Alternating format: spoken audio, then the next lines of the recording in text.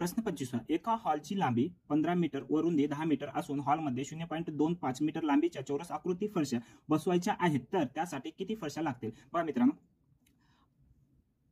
15 metre लांबी आणि 10 metre रुंदी असं म्हटलं तर काय होते, आपला आयात तयार होते आणि या आयात आकृती जागेमध्ये 0.25 मीटर चौरसाचे काय बसवायचे आहेत आपल्याला फरशा किती बसतात हे काढायचे आहे. ते काढायचे असेल तर एकूण फरशा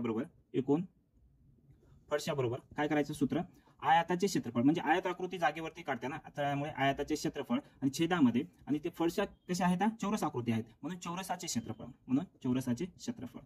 तर आयताचे क्षेत्रफळ बरोबर काय आहे, लांबी गुणिले रुंदी. चौरसाचे क्षेत्रफळ म्हणजे बाजूचा वर्ग. मग आपण याच्यामध्ये मांडून घ्या, लांबी किती आहे 15 मीटर आणि रुंदी 10 मीटर. दोन्ही एकके मीटर मध्ये आहेत, त्याच्यामुळे आपल्याला मीटर मध्ये रूपांतर करायची गरज नाही. बघा 0.525 चा वर्ग, बघा हे याचं सोडून घ्या, याचा दोघाचा गुणाकार केला तर 150 झाला. आणि बघा 0.25 गुणिले 0.25, आता आपल्याला हे कळून आलं 25 चा वर्ग किती 625.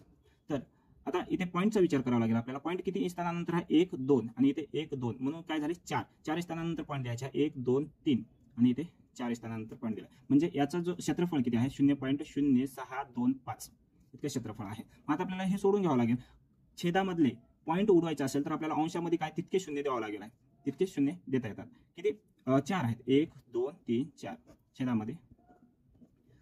25 ने याला भाग दिला तर 25 चा भाग बदला 25 × 150,